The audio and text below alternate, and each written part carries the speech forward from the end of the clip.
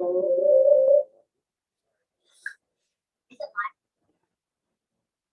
وآل محمد صلوات. اللهم صل على محمد وآل محمد. Please recite a Surah Fatiha for Kul Mu'minun.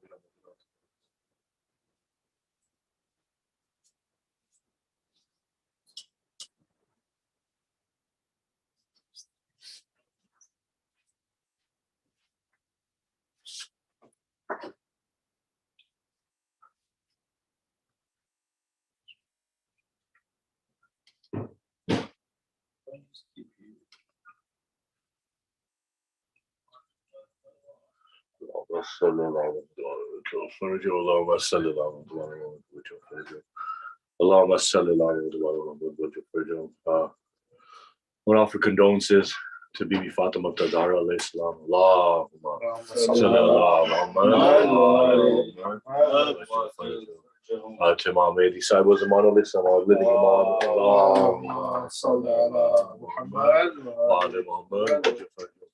And to our community members on this night, the 9th Shaab of Muharram, going into the 10th of Muharram, when the family of our amazing Prophet Muhammad sallallahu alaihi wasallam, Allahumma salli ala Muhammad, were brutally tortured and executed, martyred on the land of Karbala. Ya Allah, on this day, on this night, please purify our intentions and give us the best of intentions only. Not just in every action we do, but especially when we do actions to demonstrate our love for the Al-Bayt.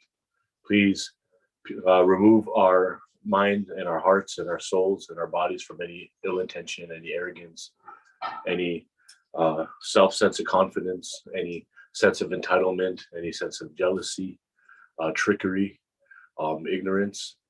Please allow us to demonstrate our love for the Al-Bayt, increase our love for the Al-Bayt. And please, on our behalf, we know that this house of Prophet Muhammad and the members of that house are constantly having more blessings showered upon them than we could imagine. But Ya Allah, your kingdom is so big and so vast, nothing compares to it.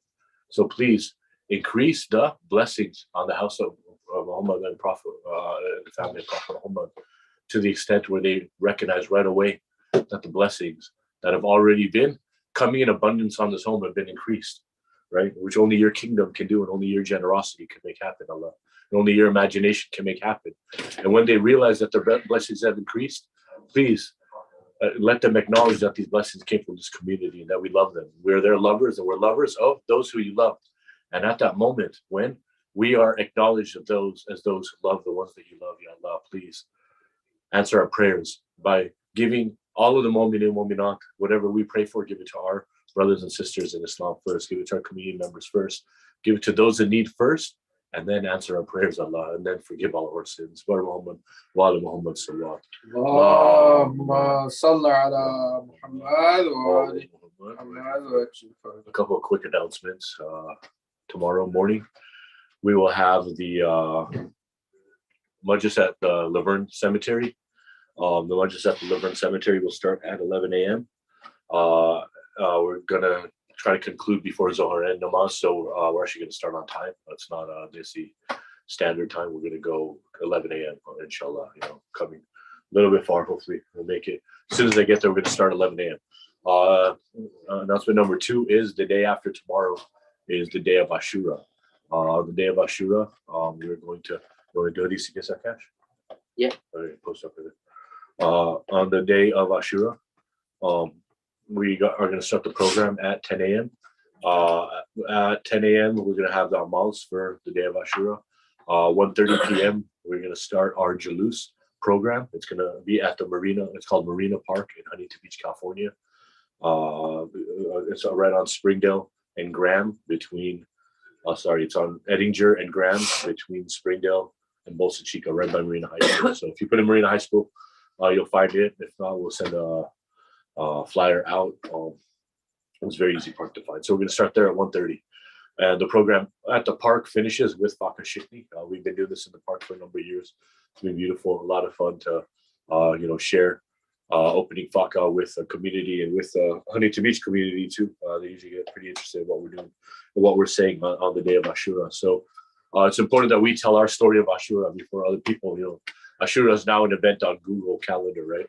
So if we don't tell our story about what happened on Ashura, soon somebody else is going to start telling a different story about what happened on Ashura. So it's more important now than ever before that we let everyone know what Ashura is. So when people start hearing about what's this event on my Google Calendar, they understand what Ashura is. And when somebody who is not in love with the Ahlul Bayt writes a book on Ashura, that's not the foremost, reputable source on what happened on the day of Ashura. So please join us to spread the message of Imam Hussein and let people know that understanding what happened on that fateful day is a gift to humanity to allow us to continue to walk the right path that only our imams can show us. And then after that, after the Julus, we're going to have Sham al-Ghriba, and we'll conclude our program on Ashura. Also, last night's Karbala Poetry Night was a huge success. We will be doing another one on the 24th of September. It'll be a week after Chelun. The details of it will be released shortly, but it's going to be on the 24th of September, 1 week after Chelun. Muhammad wa ala Muhammad sallallahu Allahumma salli ala Muhammad wa ali Muhammad.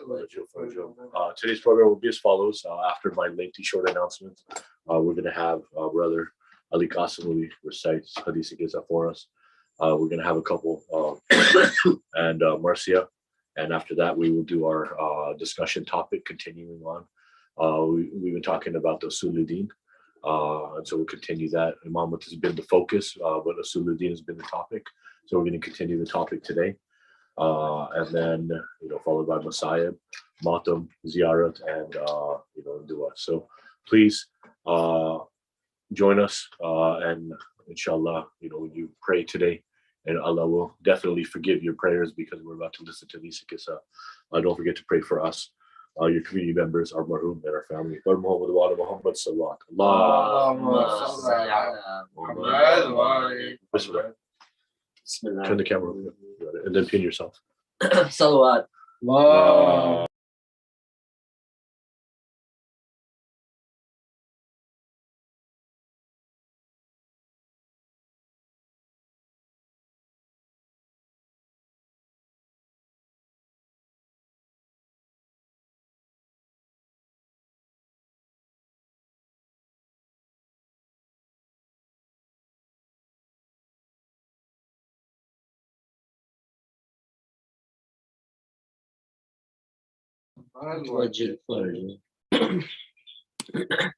Nare Haidari. Ya Ali. Bismillahir Rahmanir Rahim. عن جابر بن عبد الله الأنصاري عن فاطمة الزهراء عليه السلام وبنت رسول الله صلى الله عليه وآله وسلم قالت سمت فاطمة أنها قالت دخل علي أبي رسول الله بعض الأيام فقال السلام عليك يا فاطمة فقلت عليك السلام وقال إني أجد في بدني زوفا فقلت له أعوذك بالله يا أبتاه من الزوف فقال يا فاطمة ائتني بالكساء اليمني فغاتيني به فأتيته به وصرت أنظر إليه وإذا وجهه يتلأ لو كأنه البدر في ليلة تمامه وكماله صلوات صلى على محمد وآل محمد وجل. فما كانت إلا ساعة وإذا بولدي الحسن قد أقبل وقال السلام عليك يا أمه فقلت وعليك السلام يا قرتي عيني وسمرات فؤادي فقال يا أمه إني أسمع عندك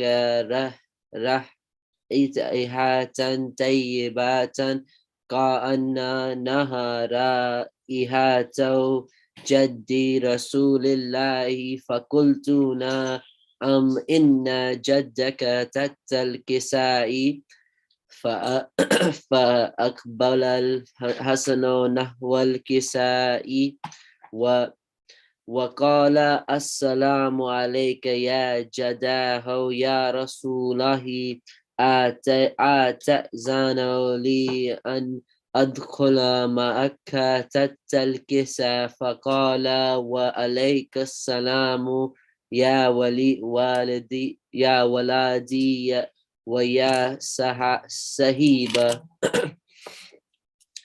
حوزي قد أذنت لك فدخل معه تحت الكساء صلوات. اللهم صل على محمد وآل محمد وجل فما كانت ساعة وإذا بولدي الحسين قد أقبل وقال السلام عليك يا أماه فقلت وعليك السلام يا والدي ويا كرة عيني وسمرات فؤادي فقال لي يا أمه إني أسمع عندك رائحة طيبة كأنها رائحة جد رسول الله فقلت نعم إن جدك وأخاك تحت الكساء فدان الحسين نوى الكساء وقال السلام عليك يا جداه السلام عليك يا من اختاره له أتأذن لي أن أدخل معكم تحت الكساء فقال وعليك السلام يا والدي ويا شفيع أمتي قد أذنت لك فدخل معهما تحت الكساء صلوات. اللهم صل على محمد وآل محمد وجل فأقبل عند ذلك أبو الحسين علي بن أبي طالب وقال السلام عليك يا بنت رسول الله فقلت وعليك السلام يا أبا الحسن ويا أمير المؤمنين فقال يا فاطمة إني أسهم عندك رائحة طيبة أنا رائحة أخي ابن وابن أمي رسول الله فقلت نعم هو ماء ولديك تحت الكساء فأقبل علي نوى الكساء وقال السلام عليك يا رسول الله أتأذن لي أن أكون معكم تحت الكساء فقال وعليك السلام يا أخي ويا وسيي وخلفاتي وصاحب لوائي قد أذنت لك فدخل علي تحت الكساء صلوات. اللهم صل على محمد وآل ثم أتيت نوى الكساء وقلت السلام عليك يا أبتاه يا رسول الله أتأذن لي أن أكون معكم تحت الكساء وقال وعليك السلام يا بنتي ويا بزتي قد أذنت لك فدكلت تحت الكساء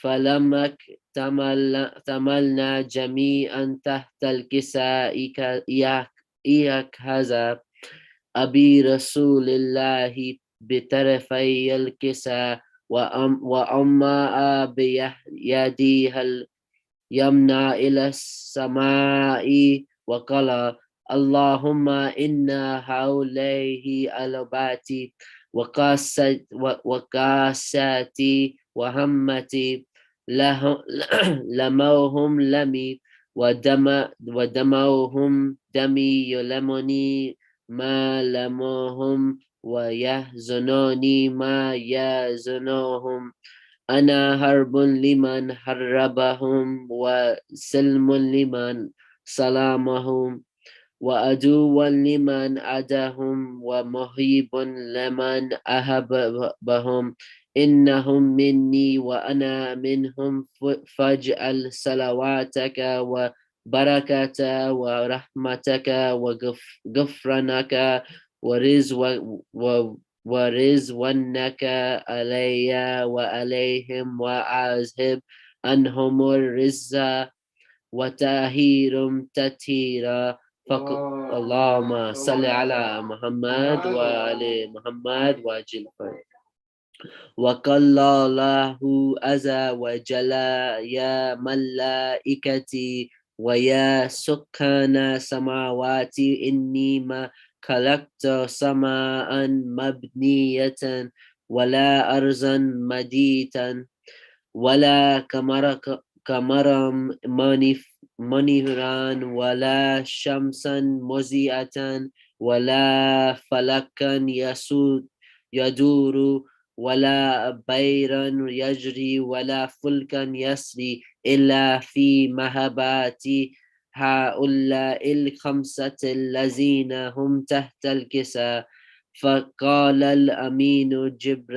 جبرائيل يا رب ومن تحت الكساء فقال عز وجل هم أهل بيت النبوة ومعدن الرسالة هم فاطمة وأبوها وبالولوها وبنوها صلوات اللهم صل على محمد وآل محمد وجه فقال جبرائيل يا ربي أتزن لي أن أهبط إلى الأرض ليكون معهم سادسا فقال نعم قد أذنت لك فهبت الأمين جبرائيل وقال السلام عليك يا رسول الله العليل ألا يقرئك السلام ويكس سوك بالتحيات والإكرام ويقال لك وإزاتي وجلالي إني ما خلقت سماء مبنية ولا أرضا مدية ولا قمرا منيرا ولا شمسا مضيئة ولا فلكا يدور ولا بحرا يجري ولا فلكا يسري إلى لأجلكم وما هابتكم وقد أذن لي أن أدخل معكم فهل ترتزان لي يا رسول الله فقال رسول الله وعليك السلام يا أمين ولله إنه نام قد أذنت لك فدخل جبرائيل ما أن تحت الكساء صلوات اللهم صل على محمد وآل محمد فقال لأبي إن الله قد أوى إليكم يقول إنما يريد الله ليذهب عنكم الرسول أهل بيت ويطهركم تطهيرا. فقال علي لأبي يا رسول الله أخبرني ما لجلسنا هذا تحت الكساء من الفضل عند الله. فقال النبي والذي باساني بالحق نبيا واستفاني بالرسالة نجي ما ذكر كبرنا هذا في مفيل من مافل أهل الأرض وفيه جم من شيعتنا ومهيبنا إلى ونزلت وعليهم الرحمة وهفت بهم الملائكة واستغفرت لهم إلى أين يتفرقوا يا فقال عليه السلام إذا والله فزنا وفاز شيعتنا ورب الخابة.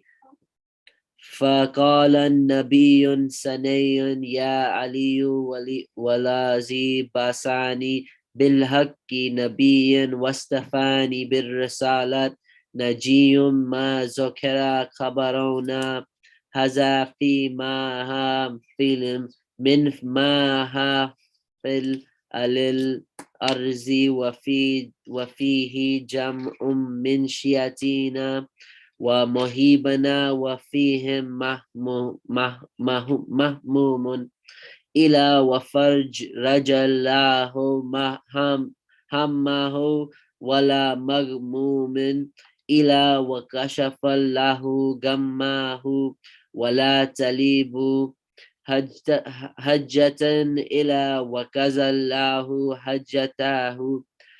فقال علي عليه السلام إذا والله فزنا وصعدنا وكذلك شيعتنا فازوا وسعدوا في الدنيا والآخرة ورب الكعبة. صدق الله العلي العظيم. اللهم صل على محمد وعلى محمد وجهه. اللهم صل على محمد وعلى محمد. اللهم صل على محمد وعلى محمد. Hazrat Ali Akbar, you gave azan at the time of Fajr. You resemble the Prophet more than any other. You died with a spear on your side. Hazrat Ali Akbar alayhi salam, you were the pride and joy of our third Imam. Your voice echoed through the land. You were not unheard. Hazrat Ali Akbar, you fought like the Lion of God. Hazrat Ali alayhi salam. Hazrat Ali Akbar, you always stood by your father. Your liver got pierced. You were 18 years old. Hazrat Ali Akbar, you didn't have a bride. Your sister Sugra was left behind. She thought she would die and no one would carry her coffin, but it was the exact opposite. You had no covering, you had no coffin, no nothing. When we remember you, we think of Hussein, our true king. Ashura is a day you pray for the family of Hussein. Karbala, a place where Hussein had no head. Karbala, a place where Hazrat Ali Asghar had a three-headed arrow shot at him. Karbala, a place where al-Atash echoed through the land. Karbala, a place of sorrow and pain. Karbala, oh Karbala, Karbala, the land of the brave. The ground was covered with the Ahlul-Bayt's blood. The sky would send no rain from above if it had a single drop of Ali Asghar's blood. Children became orphans, women had become widows, and the men had become martyrs as the night had fallen. Live like Ali, die like Hussein. We are the Shias, we love Islam. We are the Shias, we will always stand by our Imam. Ya Hussein, Ya Hussein, Ya Hussein, Ya Hussein. Live like Ali, die like Hussein. Salawat.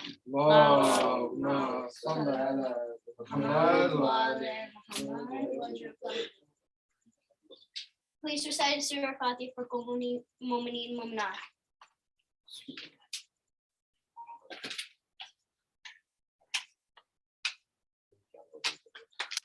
اللهم صل على محمد وآل محمد وعجل فرجهم.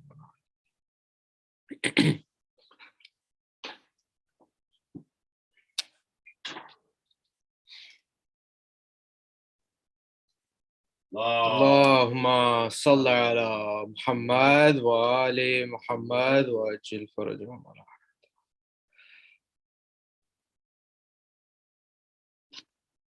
اماں کی نگاہوں سے میرا زخم چھپانا، بابا میرے سینے میں سینہ ٹوٹ گئی ہے، اماں کی نگاہوں سے میرا زخم چھپانا، اس طرح کلیجے میں اتر آئی ہے برچی، سینہ نہیں ارمان بھی ماں کے ہوئے زخمی، چاہا تھا میری ماں نے مجھے دھولا بنانا، کہ بابا میرے سینے میں سینہ ٹوٹ گئی ہے، اماں کی نگاہوں سے میرا زخم چھپانا، جی چاہتا ہے آپ کی تسلیم کو اٹھوں، رتبے کا تقاضا ہے کہ تعظیم کو اٹھوں، مشکل ہے مگر ہاتھ کلے جیسے ہٹانا، کہ بابا میرے سینے میں سینہ ٹوٹ گئی ہے، اماں کی نگاہوں سے میرا زخم چھپانا، میں جانتا ہوں ضد وہ بہت تم سے کرے گی، تنہا تمہیں زینب کبھی آنے نہیں دے گی، مقتل میں میری پالنے والی کو نہ لانا،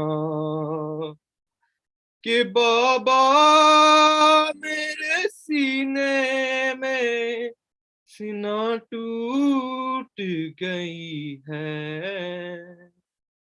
اماں کی نگاہوں سے میرا زخم چھپانا، یہ سوچ کے اکبر کا پھٹا جاتا ہے سینہ، آواز نہ سن لے کہیں معصوم سکینہ، سجاد کو آہستہ ذرا جا کے بتانا، کہ بابا میرے سینے میں سینہ ٹوٹ گئی ہے، اماں کی نگاہوں سے میرا زخم چھپانا، اللہ کرے لوٹ کے تم جاؤ وطن کو مجبوریاں بھائی کی بتا دینا بہن کو تم میری طرف سے سینے سے لگانا کہ بابا میرے سینے میں سینہ ٹوٹ گئی ہے اماں کی نگاہوں سے میرا زخم چھپانا بانو کہاں تلاش کرے اپنے لال کو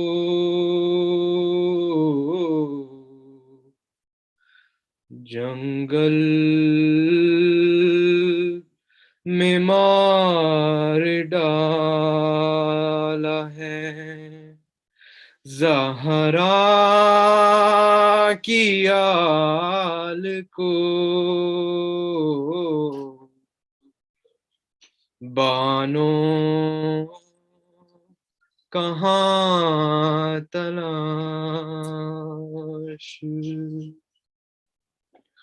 اور شبیر لا رہے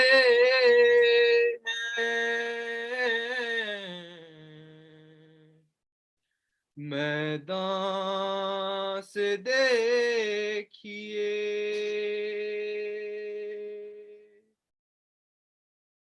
ہائے شبیر لا رہے ہیں میدان سے دیکھیے اپنی ضعیف کاندھے پہ 18 سال کو Bano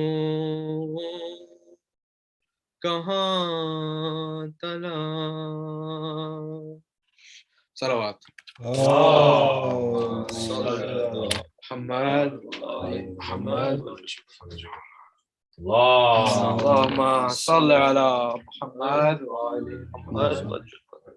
Please recite a Surah Fatiha for Kul Mu'min Mu'minat. أعوذ بالله من الشيطان الرجيم بسم الله الرحمن الرحيم الحمد لله رب العالمين الرحمن الرحيم مالك يوم الدين إياك نعبد وإياك نستعين اهدنا الصراط المستقيم صراط الذين أنعمت عليهم غير المغضوب عليهم ولا الضالين بسم الله الرحمن الرحيم قل هو الله أحد الله الصمد لم يلد ولم يولد ولم يكن له كفوا أحد بسم الله الرحمن الرحيم قل هو الله أحد الله الصمد لم يلد ولم يولد ولم يكن له كفوا أحد بسم الله الرحمن الرحيم قل هو الله أحد الله الصمد لم يلد ولم يولد ولم يكن له كفوا أحد اللهم صل على محمد وآل محمد وجل. So I'm going to read the translations for Fatiha first. In the name of Allah, the Beneficent, the Merciful. All praise is due to Allah, the Lord of the worlds, the Beneficent, the Merciful, Master of the Day of Judgment. Thee do we serve, and Thee do we beseech for help. Keep us on the right path, the path of those upon whom Thou hast bestowed favors, not the path of those upon whom Thy wrath is brought down, nor of those who go astray. Allahumma salli ala Muhammad wa ala Muhammad wa ajal. Translation for Surah Ikhlas. In the name of Allah, the Beneficent, the Merciful, say He, Allah is one. Allah, He on whom all depend. He begets not, nor is He begotten, and none is like Him. Allahumma salli ala Muhammad wa ala Muhammad wa ajal.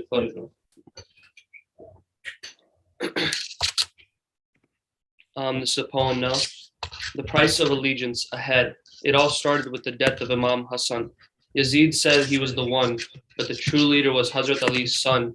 How could the son of Bani Hashim accept the rule of a tyrant and pay allegiance to him? Yazid demanded allegiance of our Imam or wanted him to die. Marwan, he pretended to be ally. He told Imam Hussein to accept the corrupt government or be dead. Imam looked at Marwan and this is what he said. I will not accept Yazid. I would rather be dead. A man like me will never give allegiance to a man like you. I stand for righteousness no matter what you do. The Kufans called the Imam to lead them. So Imam Hussein sent his cousin to ensure they would truly greet him. Muslim is dead. Muslim is dead. Instead of pledging allegiance, the Kufans cut off Muslim's head. They didn't even spare his two young sons, the grandsons of Aqil. They killed the nephews of he whose cradle was rocked by Jibreel. Hussein and his companions never reached Kufa. They were in a foreign land. Imam Hussein got off his horse and took the earth in his hand. He smelled the sand. It smelled like the blood of the Ahlul Bayt. This is the final spot and the land of their fate. Nainawa, the land of Farat. Oh, Karbala, this is where my grandfather told me about. This is where we would be trapped with no way out, except our death, cleansing us of this world. That was our way out. But what about this little girl? What about the little girl? She would lose her uncles and her brothers and her father. This was the land of destiny. It had been foretold. He delivered the sermon to the loyal, the pious, the bold. Oh, my Lord, you have always been my hope. You have protected me and guided me. There is nothing I ever needed that you haven't provided me. I will be steadfast in my commitment to you. It will be the gates of heaven we will walk through. The following week would never be matched. Tens of thousands of soldiers have been dispatched. They surrounded the camp of the house of the Prophet. They cut off the water and did not even allow a droplet. To reach the people of Hussein, oh the children, oh the suffering, oh the pain. I can't even begin to describe the scene to you. Oh the thirst, oh the thirst. How much would these innocent people have to go through? Oh Ali Akbar, the light of my eye. You look just like my grandfather. How can I watch you die? He resembles the Prophet, and he would soon be dead. Ali Akbar mounted his steed and went to battle, and this is what his father said. This young man who stands in front of you resembles the Prophet more than any other, a reminder of the truth.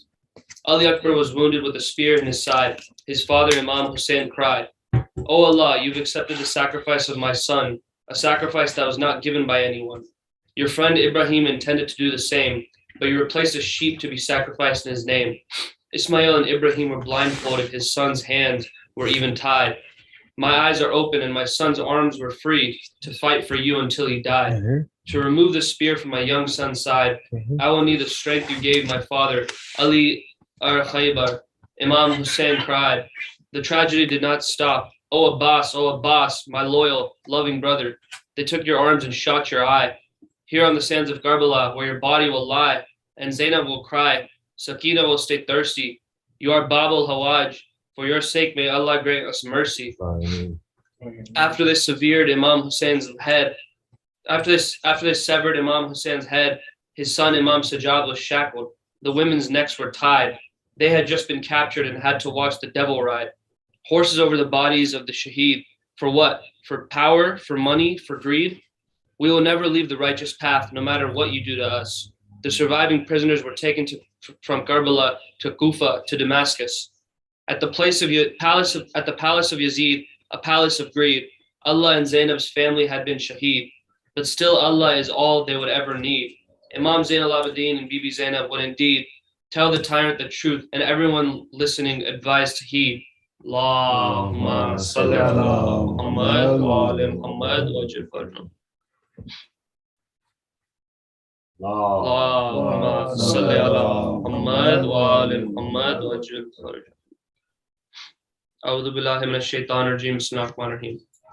Where do we learn how to be brave? Stories of athletes, celebrities, and politicians today look no further than the soldiers of Karbala, fighting with might, strength, and the blessings of Allah. Hazrat Abbas taking arrow after arrow to the chest, limbs, and face. He didn't stop for a second, even when cornered on the Euphrates.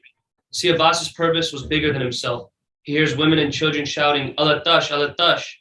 That day, Abbas left his pride on the shelf.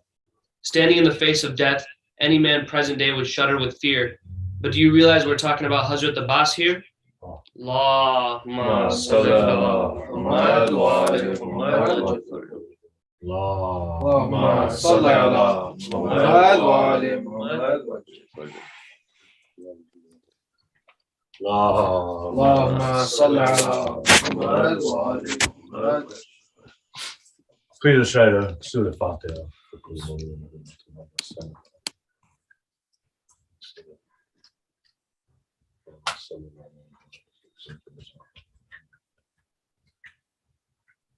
In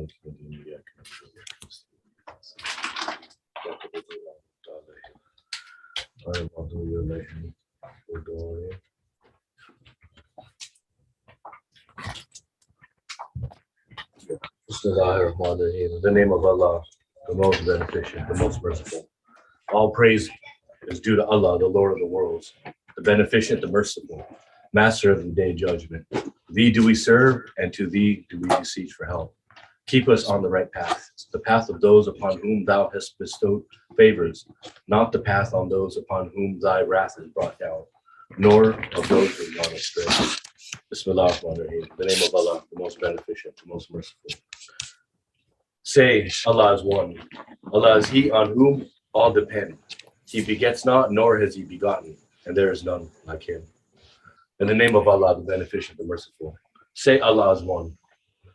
Allah is He whom all depend. He begets not, nor is He begotten, and none is like Him. Bismillahir-Rahmanir-Rahim. Qul huwa Allahu ahad. Allahu samad. Lam yalid wa lam yulad wa lam yakul lahu kufuwan ahad.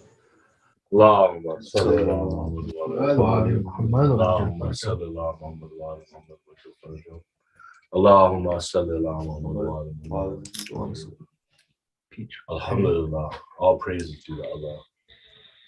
Ya Allah, we are incapable to praise you, because to praise you with words does not do you justice. To praise you with our imagination and the stretches of our intellect does not do you justice. Ya Allah, you are not just the best of everything, you are better than the best of everything.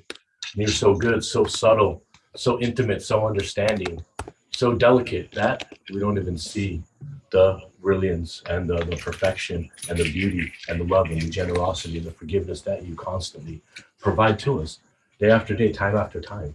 There's no one else who's ever given us anything, yet we're so quick to look to think so many other things, right? But you've even turned that into a blessing, because you reward us for our politeness and you reward us for acknowledgement to people who, through your power, through your mercy, and through you allowing them to, are able to help other people. And little things like this, you've made a blessing to our life. So to teach us the goodness and how to reflect the way that you take care of us, that's how you want us to live our life. So we take care of each other, and we take care of the weak, and we take care of the poor. And we don't seek things that make us arrogant. We only seek things that make us understand that you are the only power and you are the greatest thing, and the only thing worth thinking about, worth intending to do, worth searching for, worth following. Ya Allah, what have you not given us? Along with the blessing of giving us the most perfect leader on earth, right? The most perfect leader on earth, starting with the perfect creation of Prophet Muhammad, and then creating Bibi Fatima Zahra from the most intense part of the light that was created, and then the personalities of Hazrat Ali, Imam Hassan, and Imam Hussein, all the way down to our living Imam, Imam Mehdi Salim.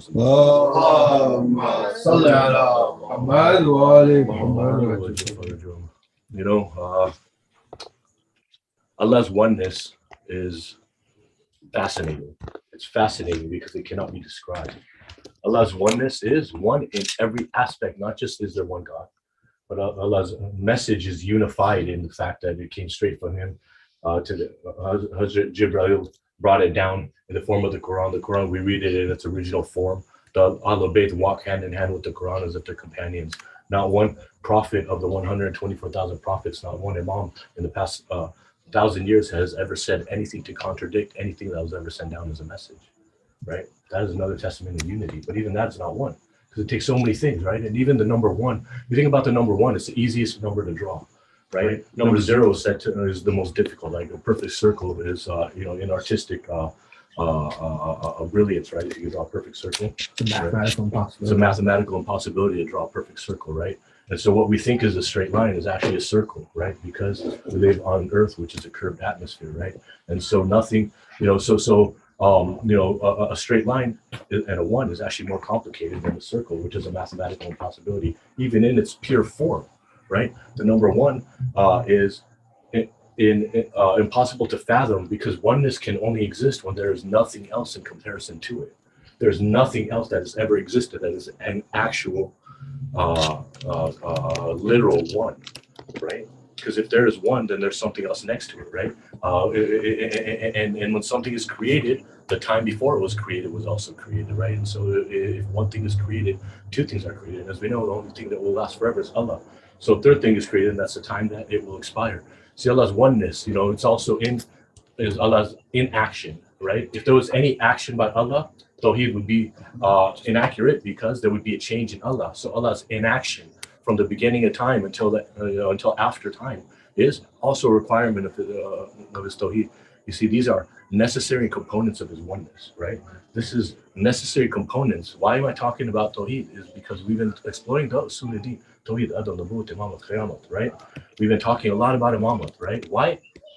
Because to understand and differentiate, we understand why a message from Allah is important. I think that's a little bit, we've been talking about that for years, understanding that Allah sends us messages, right? But why Imamat, right? And we went through a number of different discussions to help us understand Imamat. We're obviously far from understanding, appreciating what Imamat is, but that's the journey, right? And so, and you think about the Tawheed, right? Tawheed is understanding. See, when you do those, when you look at the Usul-Din, Tawheed, Adon, Nabut, Imamat, Qiyamat, the first two are understanding Allah, understand who you worship and why you should worship them, right? To understand those two components, that is to understand why Allah is worthy of worship, is Tawheed and Allah, right? Allah is one. And even to understand why Allah should be worshipped, you need two. You see what I'm saying? That is the brilliance of the Tawheed of Allah. Only thing that is one is Allah.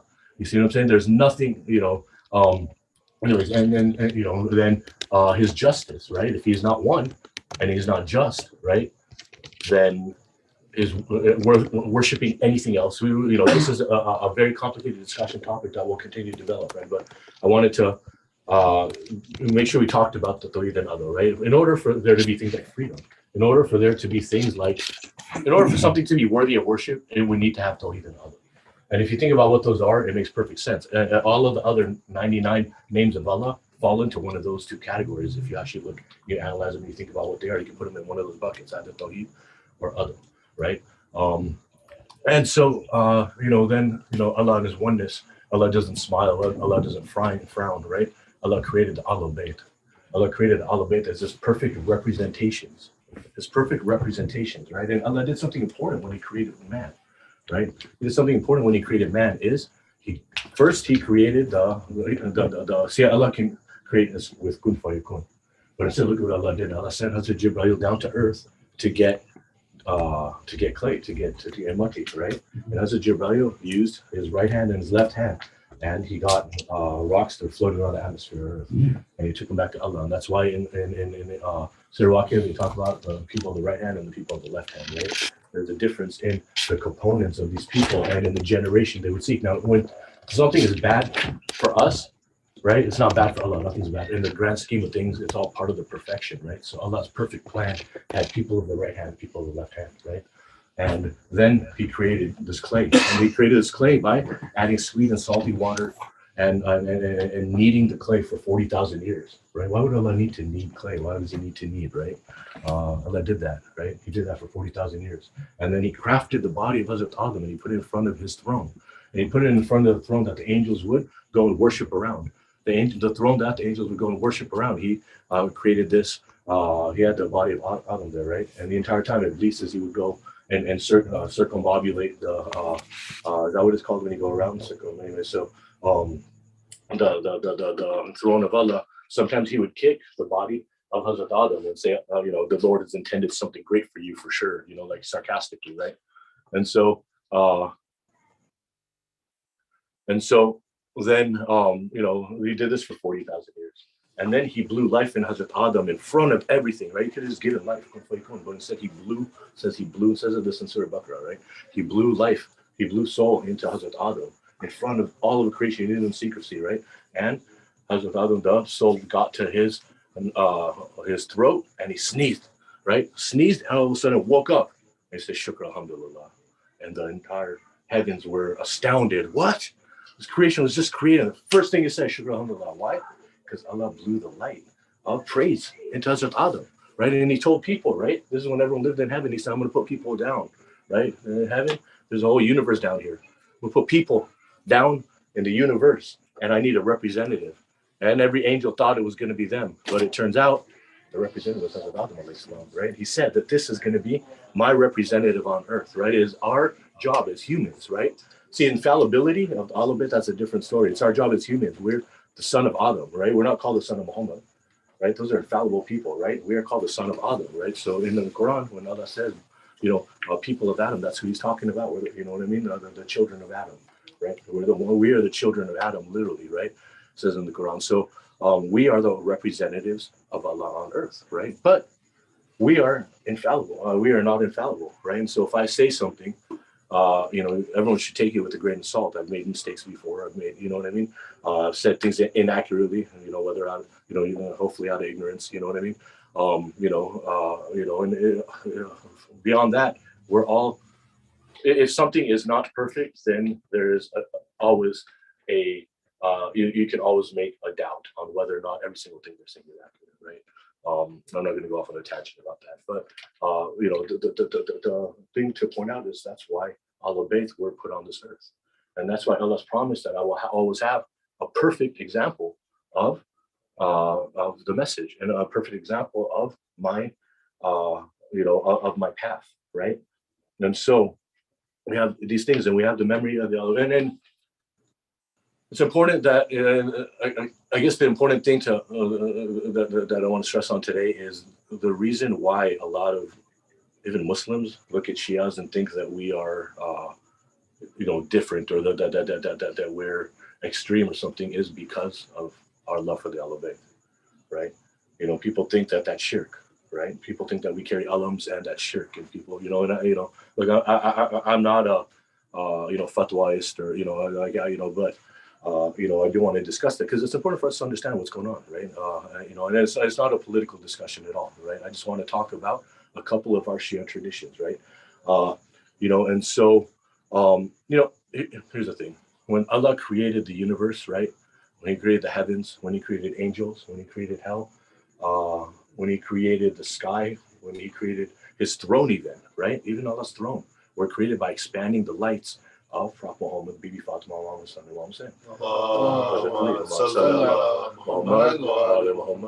all of creation that we understand, right? We don't know what else is created, but all of creation that we can understand was created from these lights. Okay, it was created from expanding these lights. Imam Zamana, he's the master of time. Now you think about what goes into time. Time isn't just, I look at the cable lecture right there, it says 10 p.m. What makes that 10 p.m.? So many things go into looking at that time: electricity, fiber optics, and all the information that gets into there to make that time, right? That isn't, if Imam Zaman is the master of time, he's probably the master of everything that makes that time clock right there accurate, and also the cosmos and the way the planets rotate, and the way the sun, the distance. If the Earth was 1 mile closer to the sun, there'd be no water, and if it was 1 mile farther from the sun, then all the water would be ice. You see that this perfect placement of the cosmos is what, also, doesn't that also impact time? Doesn't that also make us our perception of time? What if the Earth slowed down, right? The day would be longer, and we would have noticed. It'd be one day. Wow, it's a long day. I've been at the beach for 17 hours, it seems like. Actually you were, dude. But you don't realize, because our perception of time is based off of the movement of the sun. So when you say Imam Mehdi Sahib was Islam, is the master of time, think about what he is the master of. You see, it seems like whatever our perception of what Allah does makes the world go round, and He gives us water and rain, and right? It seems like all of this is actually done by something else, right? It seems like Allah has assigned these jobs, just like He assigned jobs to different angels too, different. So our perception of what, our humanistic perception of what God does, right, is limited to what probably the Ahlul Bayt do for us. You see what I'm saying? What Allah does for us, we can't even comprehend.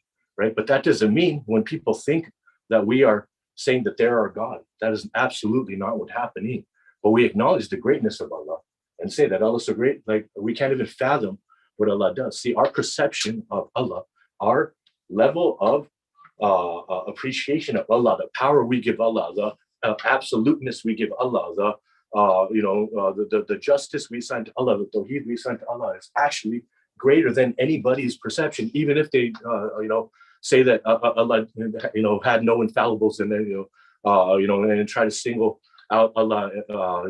Even you can't single Allah out any more than we already do because of the acknowledgement of other things could do great things, right? Just because if we found out that Allah wasn't the one, obviously Allah's power makes everything happen, right? But if we found out that there was an entity that was between Allah and us that actually does, through Allah's power made the planets turn and the sun where it's supposed to be, and the oceans flow, and the fiber optics work well, and that worked well, and when rahmat goes down, when justice comes down, it's passed to another area, and that would we worship that thing and say, oh, well, you do everything that we think God does, right? We know that God does more than that, right? And so when we have these representations of what Allah's happiness might look like is the happiness of Bibi Fatima Zahra.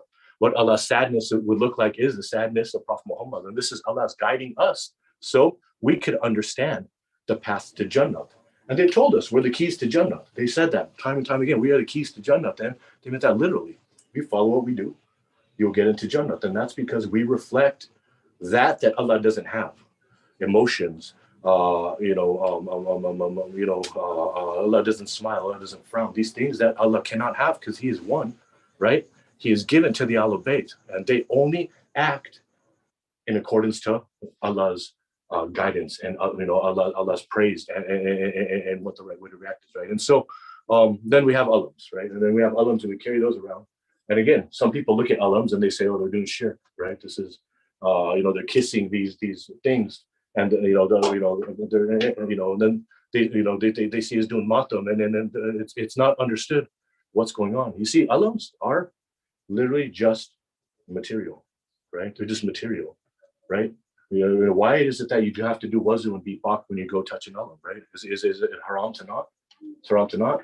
The alams have the name of the Ahlul Bayt on it, so it's out of respect for the Ahlul Bayt that you do wuzu and you do that, right? When an alam falls, right? It's not like the earth shakes and people, alam gergia, right? We should go because that is a representation of, but if a person's falling and an alam's falling, you catch the person, right? This, when we have these, flags here, right? These are not things that we pray to. Even and when we ask for tawassul, we're not praying to Bibi Fatima. We're not praying to Hazrat Ali alayhi salam. In fact, when Hazrat Ibrahim alayhi salam, he threatened, he was teaching the people at the time tawheed, right?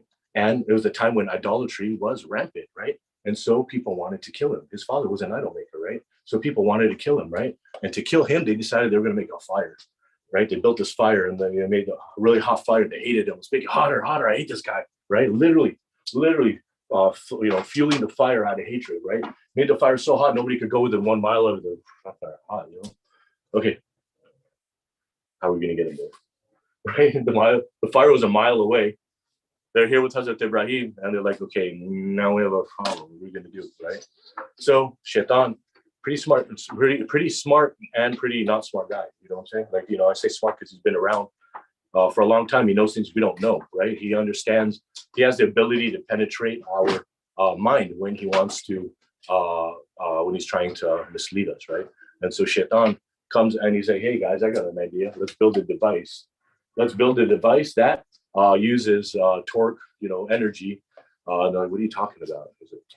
I'll just do it, right? And so he creates the first catapult, right? And he creates this massive catapult, right? Crank the catapult off. Everyone's like, what's this thing? They've been testing with rocks, like, oh my God, this new invention, come on.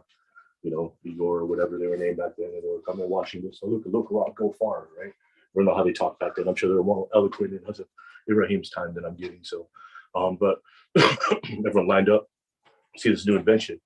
Then they bring Hazrat Ibrahim and he's tied up and he's calm, right? They bring Hazrat Ibrahim, they carry him over and he's tied up and he's calm. They put him in the catapult, right? And they're threatening him, oh, you're about to die and this and that, and trying to hype him up. And, he's just calm, and whatever. right? And so they shoot him in the catapult, right? Now remember, the fire was a mile away. They made that fire hot, dude, right? They made it hot. This catapult must have been an amazing catapult too, right? Shooting Hazrat Ibrahim from a mile away, right, into the fire. And as he's flying in the fire, this is before he was made prophet, before Allah had told him that he was prophet of Allah, right? It's flying through the air, and Hazrat Jibreel comes down. Hazrat Jibreel comes down and he tells Hazrat Ibrahim, he said, "Do you have any request that you want me to send your Lord? Do you have any requests?" Hazrat Jibreel himself comes down from heaven and asks Hazrat Ibrahim, "Do you have any requests that you want me to send to your Lord?" And what do you think Jibreel? He told Hazrat Jibreel, Allah already knows what I want. yes. You see, Hazrat Ibrahim very clearly said, I don't need to tell you. Allah already knows what I want. We're cool. Like, you know what I mean? Hazrat Ibrahim hit the ground, hit the fire, bounced up, and walked out and went right back to the town that tried to burn him. You see what I'm saying? Like that was, and so, we understand this, right? If I want the wasul in Dua Kumel, Allah says, call on me to intercede on my behalf in front of me for you, right? But having the knowledge of those who Allah loves, having the knowledge of what a personality like Bibi Fatima Zahra did for the people, for her father, right? The kinds of promises she made Allah, right? The kind of promise a woman like her made Allah for our salvation, the kind of promises Prophet Muhammad made his daughter on where he'll be on the day of judgment, saving us, the kinds of things, the kind of sacrifice that Imam Hussein did to show us strength. Right? If Imam Hussein didn't do what he did, maybe at some point in time, the whole world would just concede to corrupt government, right? But no matter where you are in time, there's always people that are ready to rebel if they're being oppressed and if they're being under a government that they don't believe in, right? And this is strength that, Imam Hussein showed us. This is strength that, Gandhi got inspired from Imam Hussein. This is strength that MLK got inspired from Imam Hussein, right? This is strength that has resonated throughout centuries, right? And that is one of the most important things. And that is why when we see the alam of Imam Hussein, when we see the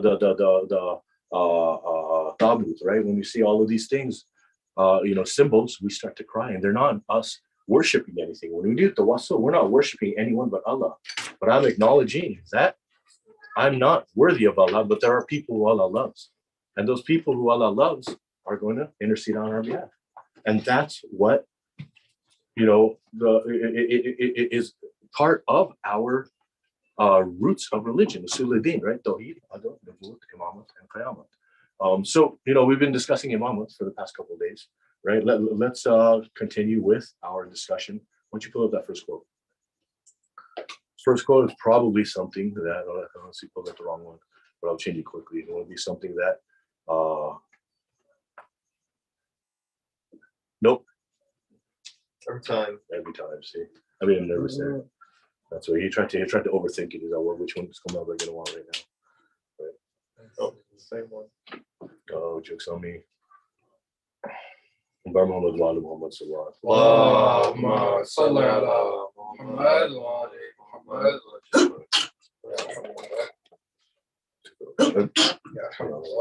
And so the quote it's from Surah Ikhlas, the unity. The unity, it's also called Surah Tawheed, right? Surah Ikhlas is also called Surah Tawheed. And it's also referred to as Kulullah, right? Recite Kulullah, right? That's Surah Ikhlas / Surah Tawheed, right? The unity, right? In the name of Allah, the beneficent, the merciful. Say, Allah is one. Allah is He on whom all things depend. He begets not, nor is He begotten, and there is no, and none is like Him. You see, we're going to talk about this today because we're talking about Usul-ud-Din, right? And Usul-ud-Din is who you worship and why you worship them, right? What the message from the worshiper is, right? Imamat is how to put the message into practice, and Qayamat is our ultimate goal, right? So that's Usul-ud-Din. So we've been talking about the last three a lot. So today, let's talk about the unity, Ikhlas, in the name of Allah, the beneficent, the merciful. Say, He, Allah is one. Allah is He on whom all things depend. He begets, nor is He begotten, and there is none like Him. Allahumma salli ala Muhammad wa ala. Who wants to start us off? What does beget and begotten mean? Beget means he doesn't have, he is not created, nor doesn't have children, nor does he have parents. So, okay, I can start, I guess. we're talking about Tawheed, which is the oneness of God, and that's what the surah is called, right? Mhm. And it's also called the unity. There's also one, right? The unity, which is one, and the uni, the prefix is one, unicycle, unification. It's all one. Mhm. And as soon as you add very unique or some kind of attributing word to it, you diminish it. And just like that, if you add a partner to Allah, you diminish him. Yeah. Right. Yeah. Yeah. Adi, That was a really good point. Like you could say Allah is. did you want to read it from there? Oh, I mean,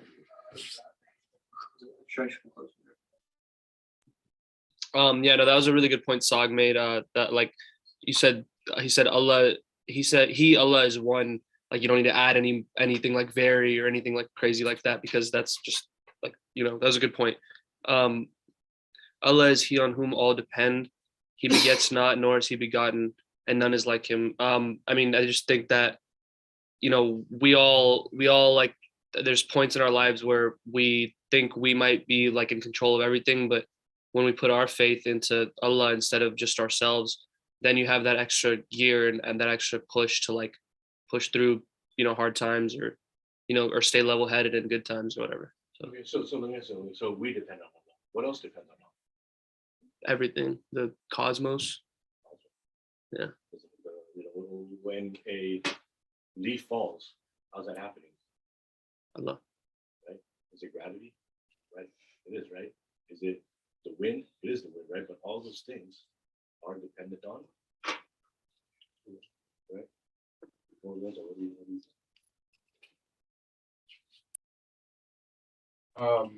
you One of the things that I was looking at the last verse of this, talking about like, and none is like him. And a lot of times we hear of people attributing like godliness to the imams, like people like the Nusaris, or there's other sects of Shia Islam that have ascribed divinity to the imams, which is a complete like slap in the face of this verse of the Quran, saying that like none are like him. So let me say, those sects that you said worship, getting godlike features to, who do they assign godlike features to specifically? They assign him to Imam Ali, Imam Hussein, Imam Jafar Sadiq, and in a lot of ways, like Imam Ali, Imam Hussein are like the caretakers and the ones that carry out the natural phenomenon, right? Right. One of Imam Ali's or one of Imam Mehdi Sahib's imams, like Allahumma salli ala Muhammad. One of his titles is the hand of God, right? And as a metaphorical, metaphorical, but also a literal person that carries out the will of God. Because if we were to ever feel even an iota of the power of God, we would probably be destroyed. So a lot of what they do for us is what our concept of God does for the world. Right. You see what I'm saying? But the reason why I asked you that is that, as you spoke about the people who give godlike attributes to, God's creations, including the alligator, right? I remembered something. So they said Hazrat Ali, a lot of people said Hazrat Ali was God, right? Surah Tawheed was, I don't remember the hadith, but it's Hazrat Ali's favorite surah, right? And the first line, and it talks about Allah is he on whom all depend. So anybody who wants to, think about the message that by saying that Hazrat Ali did and made clear was, I understand that Allah is he on whom all always depend, right? Mm-hmm. Okay, continue. Sorry. Some of you have a... Yeah, back to, I related this, so how all the lovers of like basically like the moms have a basically job, like they had a job in this world in a sense. Is like Mom is master of time, right? And back to what Mother Rosa was saying, he was saying that his another title was the hand of God, right? So I related this to, it's just like and then earlier you said about the time, you know what I'm saying? And so like one of his jobs is to like handle time in a sense. So that that's what I connect to that. I think also going back to what you're saying about the shirk aspect of Shia Islam and how people see that as a negative connotation and see that as what we're all about, even though we're not. And then going back to how you were saying that Imam Ali's favorite surah was the surah, it's kind of interesting to see that our definition of God is so different from other people's definition, because our definition of God is limitless, literally. Yeah. We say that Imam Ali has all this power, but we still limit what he can actually do because God is above him. Like if our Imam is so great, then think about how great our God is. It's like acknowledging that everything we think about can't be what God is, because God is so, we can't even imagine what God is, right? We accept everything that happens in God's will, but that's not, God's greater than that, right? And I think that bothers people. You know, I think I really, one day I had a friend of mine. He's a pastor. Talk about him, right? He was a pastor. He's from a family of pastors. Okay, Christian pastors. And I had to read the first sermon of Major Balaga, right, and where Allah talks about oneness, right? And I thought sometimes I like to share like beautiful parts, du'as and stuff like that with my non-Muslim friends to show them how Muslims describe God, right? Not to convert, or just be like, oh, listen to this beautiful description of Allah, right? And he got really angry when I didn't realize that. I just showed you the power of God, right? Described more beautifully than I ever saw, right? To me, this, when I first read it, it took my, understanding of how much more powerful Allah is than I thought He was, to a different level. And so I thought, as somebody who loves God so much that your third generation, fourth generation of people who study God, a perspective of God and preach about it, they would appreciate that. He got angry, and he got angry because He destroys everything that is taught in Christianity, destroys everything that is taught in Catholicism, right? It actually destroys everything that is taught in all of the non-Muslim, non-Shia sects, right? And so that's why it's important that we understand this concept of Tawheed. Taking Tawheed also means, God. Does anyone else want to comment, Sister? Do you have anything? I was just reading the third verse and I thought it was really interesting because we talked about begotten and begets, and I think that's really interesting because we can come back to that general understanding that ultimately He doesn't come from anything, nor does anything come out of Him. And I think on a general level we have expectations from people and they can let us down, but God's the one, monotheism that we can have an expectation from, and He will never let us down because He doesn't come from anything and nothing comes from Him. Wow, mashallah. Muhammad salawat.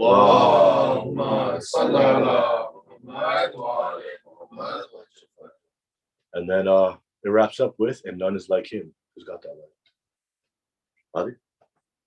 I mean, there's no comparison. There's no parallel. There's not even it's funny, when you think of making comparisons, let's say basketball, compare someone like us with LeBron or something. It's not even the same.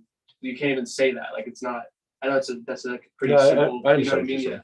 But there's no bridge. There's no equal. It's one, and then it's the rest. Yeah. So. Yeah, and it wraps up the whole surah, doesn't it? Allah is one. There's none like Him. Allah is the one on whom all things depend, and there's none like Him, right? Nothing can depend on anything else because everything depends on Allah. There's nothing like Him. He begets not, nor is He begun, and there's none like Him, right? You see, so that kind of wraps up the concept of Tawheed. There is, it doesn't wrap up the concept of Tawheed, obviously. Now we understand Tawheed. This discussion did it for everybody. When experts know, but this is, you can talk about this for all 10 days and be an interesting topic each and every time, because the more you dive into it, the more layers are pulled out, right? It's also the obvious connotation is there's one God, right? There's one, nothing else is God, right? And so this was a concept that, every prophet had a different journey, right? Think about Hazrat Adam. His journey, his message wasn't that God exists. Him and Bibi Hawa were in Jannah They saw angels. They saw, we're, closer to God than we are on earth, right? And then they had children, and they were explaining to their children, not that there was God, but don't listen to the devil. Shaitan is your enemy was the message, right? Right. And then after, Allah instructed Hazrat Adam to teach his children how to offer sadaqah, right? How to offer sadaqah, right? Sadaqah is a big concept in, on the day of Ashura, I wrote, this is my sadaqah, right? This is my sacrifice, right? Sadaqah is a sacrifice. We take out sadaqah, part of our money, we have that spare change in our pocket. We give it to somebody, that's that, we call that sadaqah. Sadaqah is really far greater than that, right? And Allah showed us what sadaqah was, right? Allah showed us what sadaqah was at the time when Allah's oneness was challenged, maybe for one of the first times, right? When Qabil decided to take a different God. And when did that happen? When Allah sent to Qabil and Qabil to take, offer a sacrifice, right? Offer a sacrifice in Allah's name, right? And take it to a spot and put it on a rock, right? And Hazrat Qabil, he was a cattle herder, right? So he found, he looked around for the most perfect cattle he had, right? Walked straight, brushed its hair, took care of it, right? Just like the women did on the day of Karbala, right? They found their sons, they put them in nice clothing, right? So Qabil brushed the hair of the cattle, and then he took it. Qabil the next day is like, oh, today's sacrifice day. Walking out, he saw some grain. He was a grain farmer, right? Saw some grain on the floor. He's like, I'm not gonna use that. Done, right? We took it like we take our spare change out of our pocket here, have 7 pennies, do that. You know what I mean? And so they went to the designated area to offer the sacrifice, right? And they put the sacrifice down, right? Put the sacrifice down, and the flame came first for Hazrat Abu's, right? And it engulfed the cattle, and the cattle was taken away. Calf was taken away, right? And then the grain just sat there and sat there and sat there. Hazrat Abu was traveling, and he came back and he saw the grain sitting there. And that's when Qabil, his jealousy raged, and we know what happened. He killed his brother, and he also decided, right, to take another god, right? Tawheed was now this fire is my God, right? This fire is my God. You see, think about the lesson, right, about sadaqah, right? It is one of the first lessons that mankind learned. Is if you want to know if your Lord is pleased, offer a sacrifice. Offer a sacrifice, right? Offer a sacrifice, right? Isn't that, how do you talk about LeBron and you, right? You know what I'm saying? Like, in the same sentence, right? Just I want to make it clear. LeBron is not the GOAT. We'll talk about the GOAT today. You know what I'm saying? I'm going to make it clear. GOAT, Michael Jordan. He's not, it's not even about that. You know what I'm saying? The GOAT is, the greatest of all time is, nothing's greater than Allah. So, we've been talking about the GOAT, right? Greatest of all time is Allah. And I said, the Imams are better at anything ever created, even in the depths of where we can create a game in our mind and be like, hey, let's play it, and they'll beat us at it. They don't play games, but that's the thing. But I'm going to make it clear today who the GOAT is, right? Obviously, Allah is the greatest of all time, right? But Allah cannot be the GOAT because Allah is the creator of the GOAT. Allah is the creator of goats. Allah is the creator of all things. So to say Allah is the GOAT, we're insulting, right? It's like when we let an alam touch the floor. We're not, it's not Bibi Fatima falling on the floor. We love Bibi Fatima so much that anything with their name on it we respect, right? So anyone who thinks that we're taking idols and we're taking symbols for Allah, you're wrong.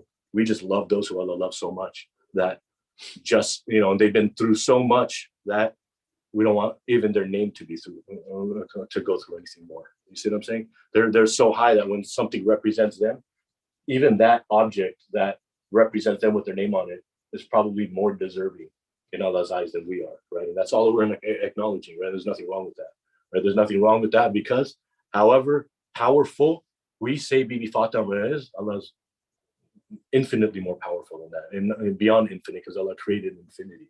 You see what I'm saying? And so anybody who wants to sit there and destroy the tombs of Bibi Fatima Zahra, first of all, watch out. You know what I mean? Bibi Fatima Zahra, my daughter asked me today, she's like, so what if the people who killed Imam Hussein, how about the people who killed Bibi Fatima? She took my name, I don't want to do that, right? If they asked for forgiveness, what would happen, right? Think about that. Think about the question that this girl asked, right? Think about the question that this girl asked, right? Allah is the all-forgiving. Allah is the all-forgiving. Allah is the most merciful, right? Think about that, right? For her to sit there, heard the story of Hazrat Torah, right? And then she was like, oh, they got forgiven. Well, what about all these other people? Are they going to get forgiven? What's going to happen? What's going to happen to them? Is Allah going to forgive them? He's the most forgiving, right? You know, Bibi Fatima was dying. 2 men came to visit her, right? The men who were responsible for kicking the door on her. And she would refuse to see them. Then she agreed to see them, and she said, Allah will never give you the forgiveness.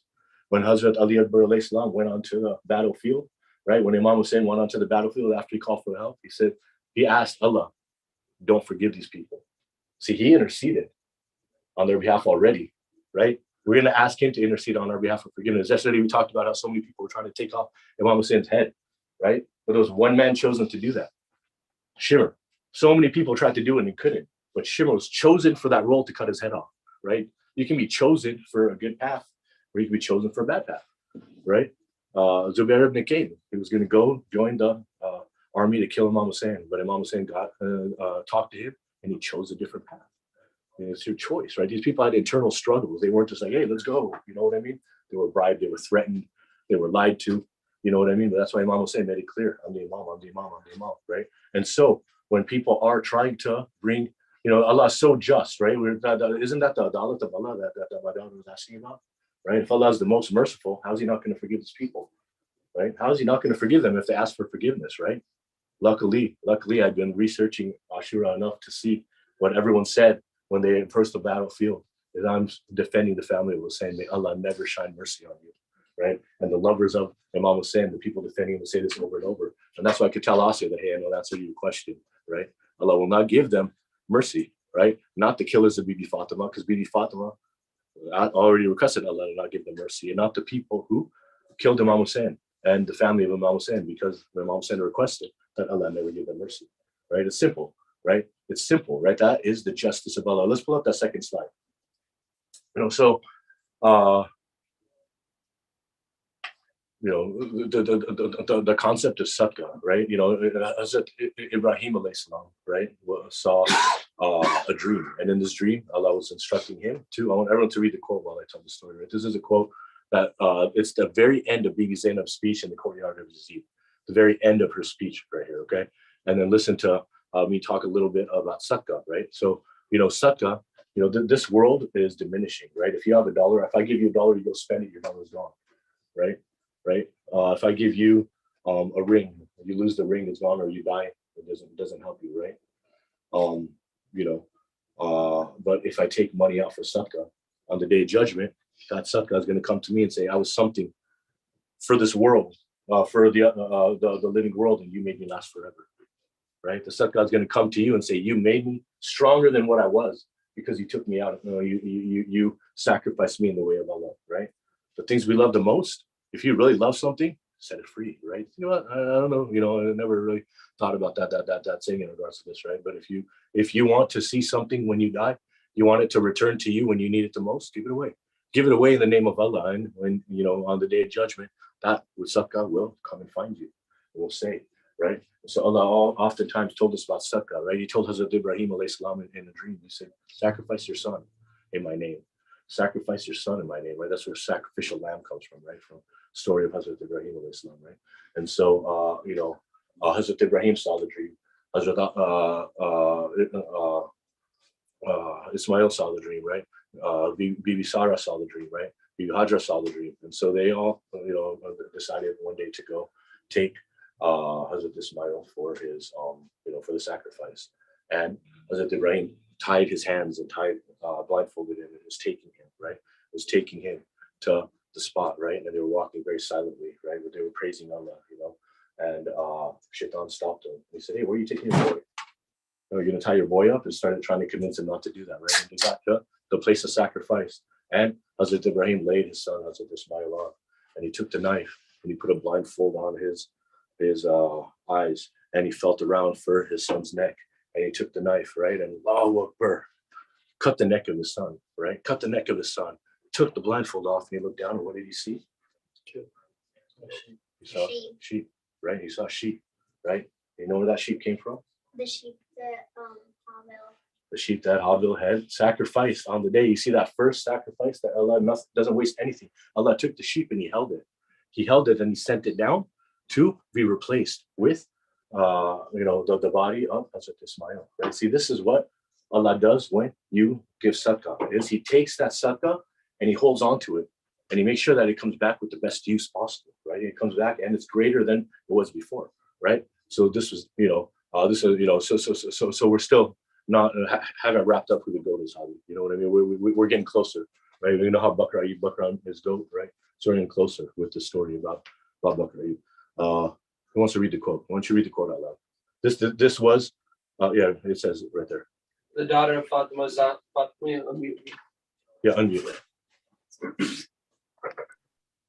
The daughter of Fatima the Zahra ended her speech with offering thanks to Allah. She said, I thank Allah who has concluded the task of the chiefs of the youths of paradise with prosperity and forgiveness and accommodated them in paradise.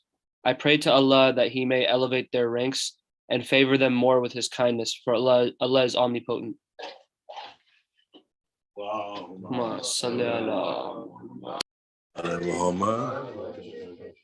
So I chose this quote. And I chose this quote. I'm going to go ahead and direct the discussion because there's a lot of things that can be taken from this. And I chose this quote as an illustration of the justice of Allah, right? As Bibi Zainab's illustration of the justice of Allah, right? And I want you to paint a picture of when this quote was said. This quote was said in Damascus. After Bibi Zainab had been through the day of Ashura, had seen everyone that she loved, everyone that she knew, being either killed or tortured, right? And then dragged through the streets of many different towns on the way to Damascus. And then waited outside all night while Yazid drank and gambled and, hung out with unrulies, right? And then let them in the next day. Had rocks thrown at their head. Saw the head of, first they saw the heads of all their loved ones on spears, and now they're seeing Yazid mocking the head of Imam Hussein, right? And then she spoke and she gave this very eloquent sermon, right? When we were reciting on Ashura. And this is what she concluded with. Right? And so because of that, I see this as a great illustration of how we should view Allah's justice. You want to start, brother? The first thing that I found very interesting about this quote, it starts with, I thank Allah who has concluded the tasks of the chiefs of the youth of paradise. So we know that the chiefs of the youth of paradise are Hazrat Abbas, Imam Hussein, Hazrat Qasim, right? Youth of paradise, Imam Hussein.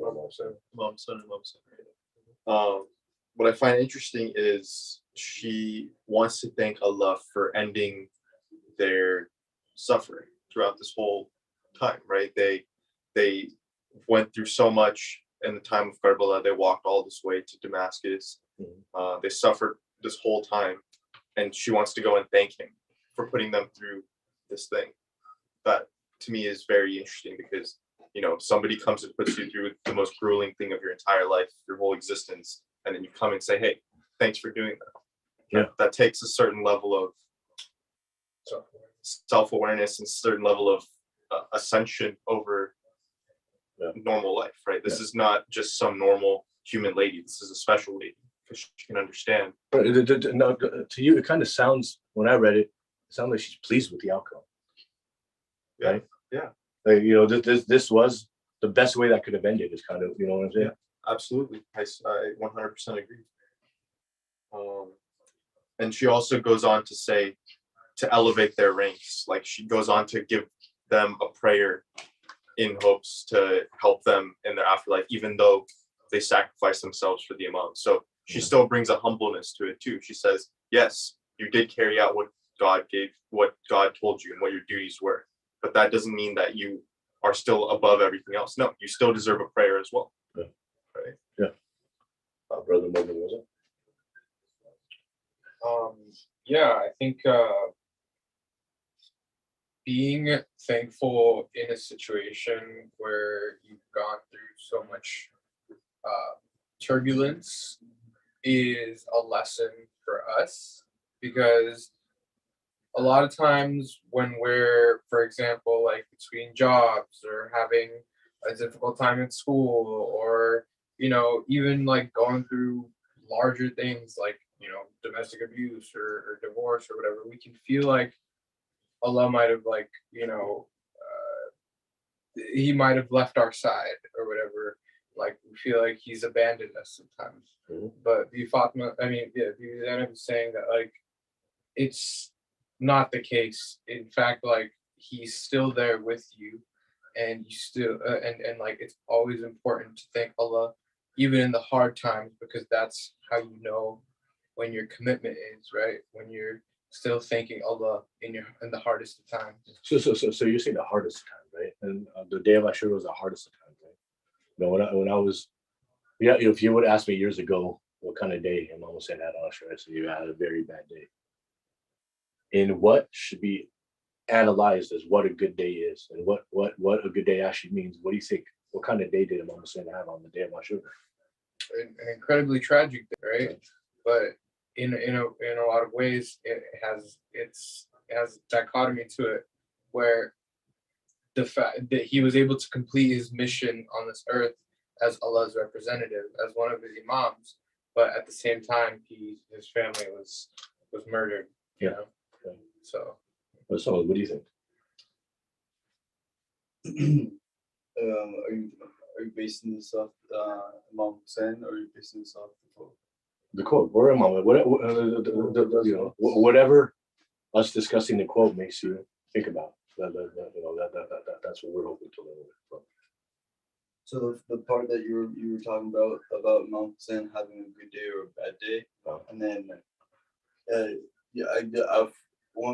I do agree with Mazhar. Yeah, it was sad, but to an extent, it was the greatest day of his life, because that was his purpose at the end of the day. You know what I'm saying? Yeah. And then for the quote itself, it says, "I thank Allah who has completed the task of the chiefs of the youth of paradise, and prosperity and forgiveness, and accommodated them in paradise back to it's like even after like they had certain duties, and duties weren't easy, but they fulfilled the duties knowing what they had to do. They still did it knowing the outcome in a sense, right? But just because they were like, for like in a sense from Allah and being Fatima, I don't know, like the way I was saying is it's showing that Allah is still greater than, you know what I'm saying? Absolutely. Mashallah. Just like this.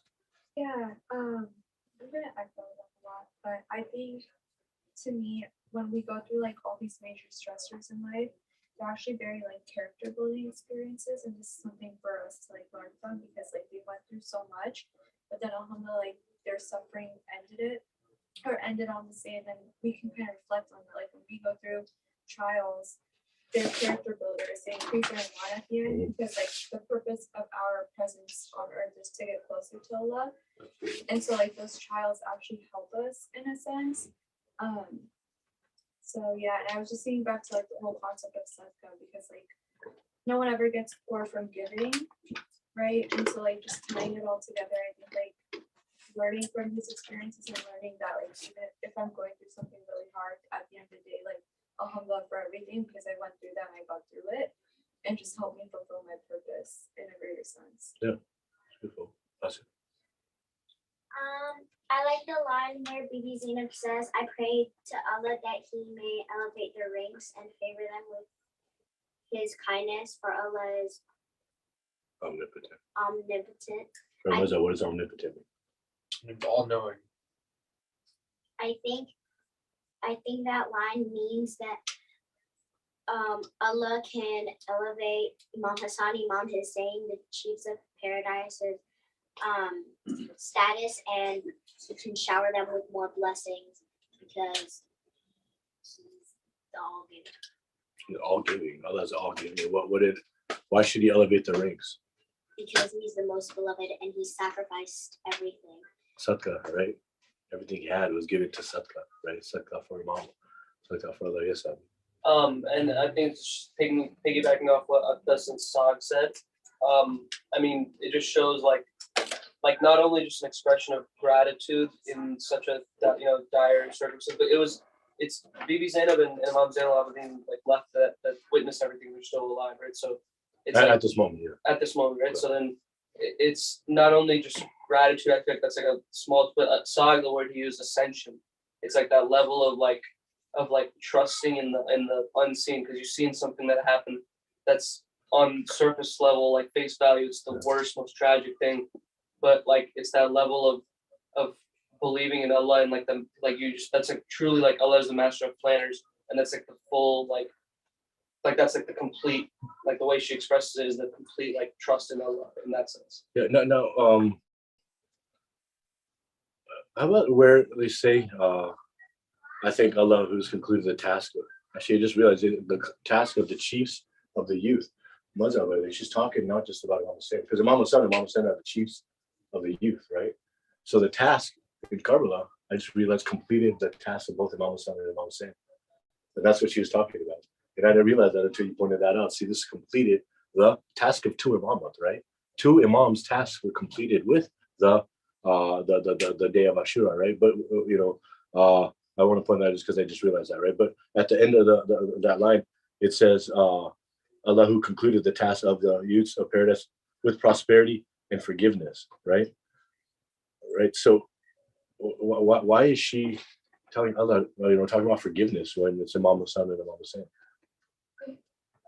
What do they have to be forgiven for? Because their sacrifice made us in a way. Why did the imams have to be forgiven? Yeah. Well, why is she saying to reward them with paradise, prosperity, and forgiveness? Right. Yes. Because even if you think that you did nothing wrong, you should still ask for forgiveness, because Allah is the most beneficent, most merciful, and He'll forgive you no matter what. So you should still ask for forgiveness, even if you're the most perfect creation ever. You should still ask for forgiveness. MashaAllah.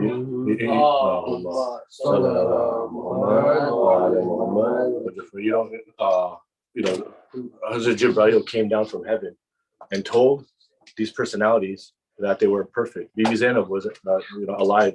She was a little kid, but she was in the blanket. She was in the house of Bibi Fatima that day, right? And if not, then she read Hadith Kissa or heard her mom recap Hadith Kissa, and so she knew that Hazrat Jibreel came down and said that these are infallible creatures, right?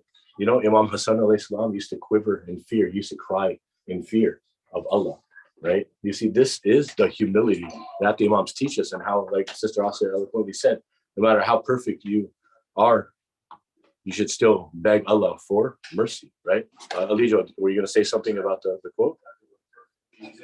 Yeah, come, say it loud. Salawat.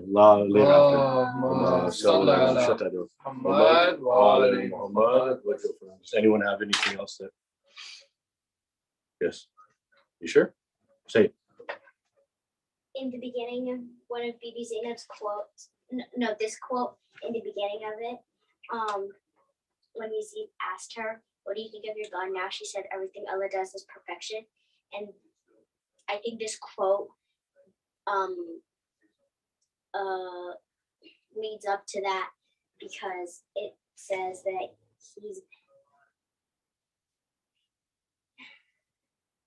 I lost where I was. It says he's the most kind, and he's the most forgiving. Yeah. So everything he does is perfection, even what's going on here, right?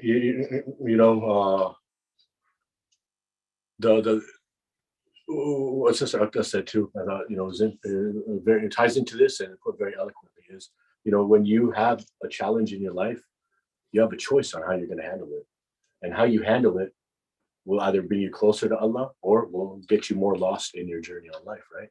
And it's how you handle things that come up, right? And the way you handle those deeds is the way you get the pleasure of Allah choosing you for greatness, right? Rather than choosing you to be the one to cut off the Muslim's head, rather than putting all the hundreds of people aside that tried to do it, right? And not giving them the final consequences of cutting off Imam Hussein's head. No, that was only saved for Shimmer, right? Only saved for Shimmer, a man who would walk on stilts in his house because he didn't want to step on bugs, right? This is the person who was saved for, right? In the Battle of Khaybar, Hazrat Ali was chosen to be the one to end that battle, right? He wasn't in Khaybar until the final day, right? He had an eye infection, right? And so on the morning of, this final day, Prophet Muhammad had called Hazrat Ali alayhi salam to be the flag bearer.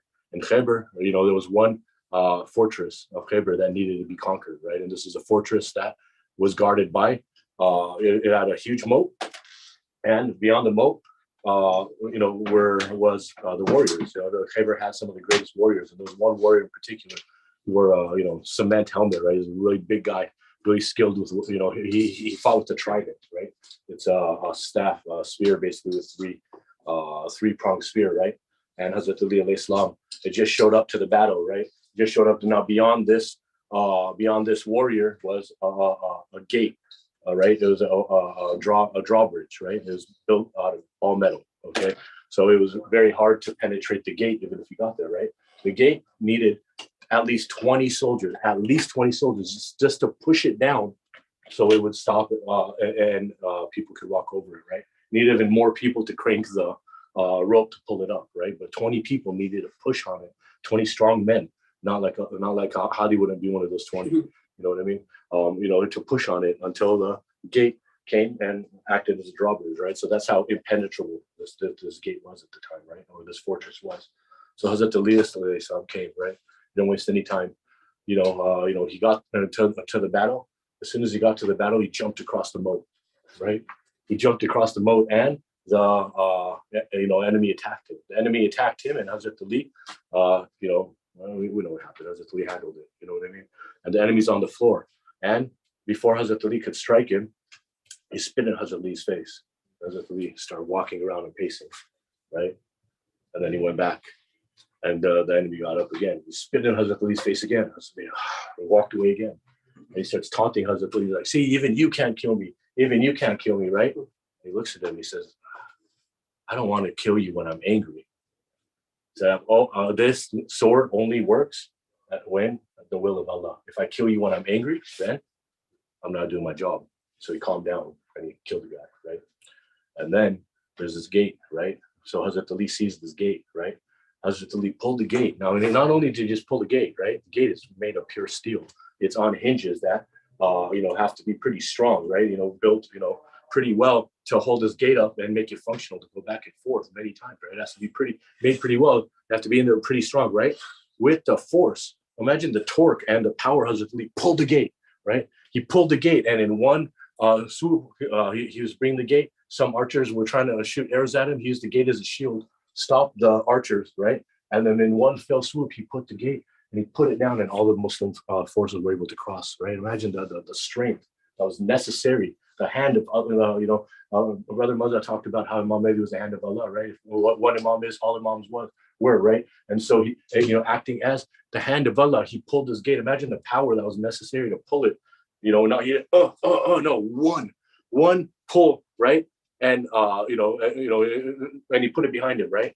And then after the Muslims crossed, he picked up the gate and he threw the gate, right? And it flew for miles, and miles, but it flew, across the moat, hit the floor, right? And so this was the day of Khaybar, and this was what Allah chose Hazrat Ali to do, right? This is what Allah chose Hazrat Ali to do. But I'm here today. I'm still, after even hearing the story, I'm still not going to say that Hazrat Ali was the goat, because as we know, Hazrat Ali was the lion. So how can we call he was the lion? How can we call him the goat, right? How can we call him the goat, right? So, the day of Ashura drew near, right? The day of Ashura drew near, and the followers, the helpers of Imam Hussein were getting smaller and smaller in numbers, right? The thirst was really catching up to people. They were getting dizzy, right? Some people couldn't talk anymore. When Imam Hussein was dying, he was biting his tongue because that's how thirsty he was, right?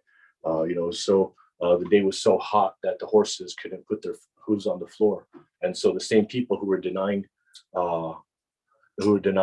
water to the family of the Prophet were dumping water on the hooves of their horses to keep their horses,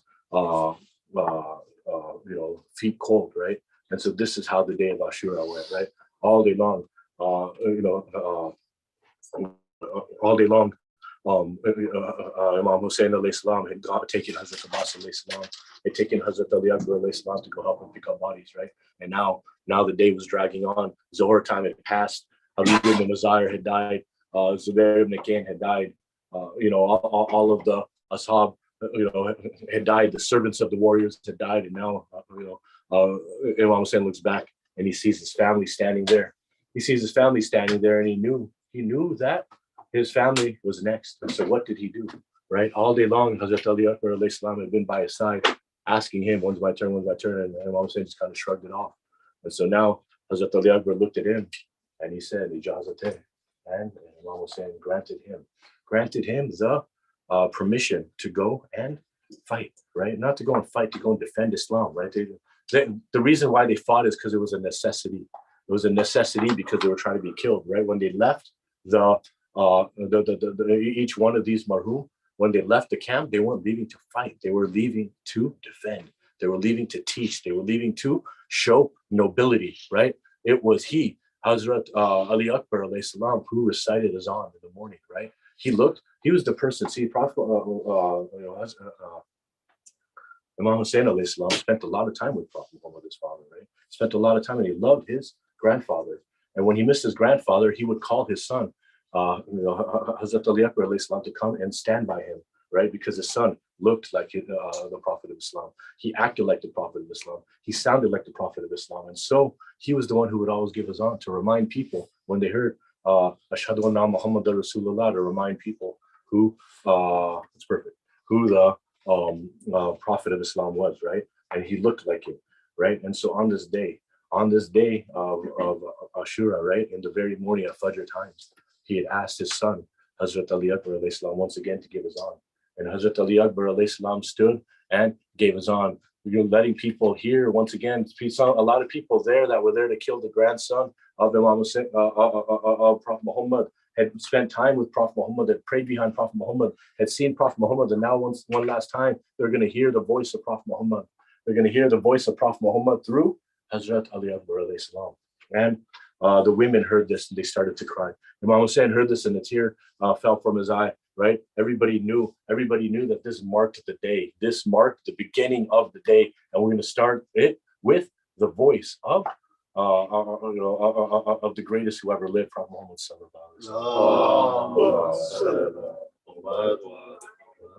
wasallam. And now it was after Dhuhr time, and Hazrat Ali Akbar was still there, and Hazrat Abbas was still there, and the family of the family of Imam Hussein, of Bibi Fatima, were still there. So the first martyr from the house of Bibi Fatima was Hazrat Ali Akbar alayhi salam. Hazrat Ali Akbar alayhi salam had gone to his father and asked for permission. To go and defend the imam, to defend his father who was the imam, to defend his aunt Bibi Zainab, defend the children, Asr, Sakina, defend all of the orphans that had been newly orphaned, right? To stand up for all these people, right? And his father gave him permission, but he said, "Please go say goodbye to your mother first." And in the tent where his mother was, his Layla, in the tent of Layla was Bibi Zainab, right? Was Bibi Kulthum. Now you think about Hazrat Ali Akbar alayhi salam, right? He was in his 20s, right? 21, 27. I read a couple things, and so I was saying 18. So think about it. He's of that age when there are boys, right? They're boys, and then boys start to grow up a little bit. They start to become like young men, right? Like Janabi Qasim is 13. The 13-year-old still sounds like a boy, right? And then they 15, 16, 17, they start to sound like men, and their role in families change, right? I used to see these kids, Qasim Ali Sama, Saad, Maza, Adi, Dosa, all these kids, right? When they were kids, they were running around, and everyone loved them, right? They were so cute and this and that, causing trouble, this and that. And eventually, they became men. And when they became men, the way they were looked at was different, right? People loved them when they were cute little kids, loved them even more when they were men now, because how they took care of people, right? When the elders needs water, they bring them water. Somebody needs their fence painted, Brother Summer will go over and do that. Fix plumbing and then help with all that. It got to be a point when my father would be setting up al-Asr, and the kids would just come and do everything for him, right? And he loved that. The way he loved them was different, right? He loved them when they were cute little kids, right? But now it was different. He was someone that was helping them, right? That they were proud of him. They had so much love and admiration for how they grew up. he would be so proud to hear Brother Mazareza recite the Marcia Noah. He's always been reciting it beautifully, but the practice, this is something that perfection of your craft that can only come when you're a young man, right? And so the way, if you guys, you guys are of that age I'm talking about, you guys are about of the age of Hazrat Ali Akbar alayhi salam. I want you to think about how your parents look at you now, how they look at you with the pride that they look at you now when they know that, okay, now I know he graduated college and now he has a job and now he's taking care of his parents and now he's helping the community and now he's driving me around. And now when these things happen and they have pride, they look at you different, don't they? Right? Your father starts to rely on you a little bit, doesn't he? Your mother starts to look to you to help her solve problems, doesn't she? You know what I mean? Your aunts and your uncles and the community members, they respect you more and there's more love when they shake your hand and you can feel that, right? And this was the love that they had for Hazrat Ali Akbar alayhi salam. He was this handsome boy who reminded them of Prophet Muhammad in his manners, right? He was the son of Imam Hussein. He was raised by Hazrat Abbas alayhi salam. He would help anybody in need with a smile on his face and he would do it and they loved him, whatever they needed, right? They knew they could call him and he would do it, right? Isn't that how it is when you get older, right? As boys grow up, right? And women, I want you to think about what I'm saying. These boys that you knew when they were 8, 9, 10, 11, 15, right? Now when they're in their 20s, how you view them and how much more you appreciate who they are, right? You start to crave their attention more in different ways because, they're not just kids anymore. Now you relate to them on a different level, right? And so he went to go say goodbye to his mother, right? And his mother was so proud, right? She helped him, she straightened out his kurta, right? And then his Aunt Zainab hugged him, and then his Aunt Kulthum, and people loved him so much. You could hear the women crying like they hadn't cried all day, right? They were holding him, and he couldn't leave the tent. They're holding his legs. How are we going to let you go? We miss you. We love you so much. We miss you. We love you so much. Please, please. And they were so proud of him. They're so proud of him for what he was about to do, but they didn't want to let go. Just stay for one more minute.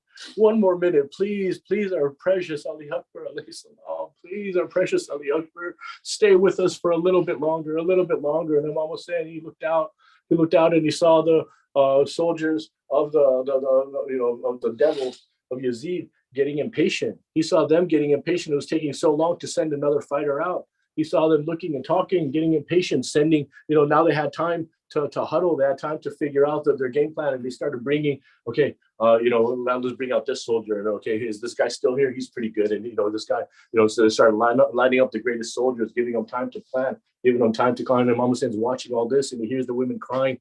And he realizes that if they get impatient, they're not going to wait for us to send a soldier. They're not going to wait for us to send a soldier. No, they're going to come at us with everything they have. And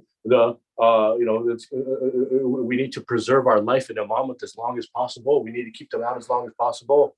So as he saw the soldiers getting impatient and the women, think about the contrast. The women are, don't go, Ali Akbar, don't go, our love. They were so proud of him. Don't go, please, right? They loved him so much, right? But they wanted just to hug him for one more minute. Just take your time, right? And on the other end of the soldiers that were impatient, send them out. You guys are cowards. Send them out, right? Now they had the living warriors that were still there, right? I am so and so, and I will vanquish any warrior. You said everyone's talking all the trash and challenging Imam Hussein and saying, oh, the people of your house are now cowards. They're all defeated. This and that, right? And on the other end, the women, right? So Imam Hussein, he interceded. He went and he told the women, he said, please let him go. Please let him go so he can go and fulfill his duty, right? And so Hazrat Ali Akbar alayhi salam, he mounted his horse and he started to ride towards the battlefield.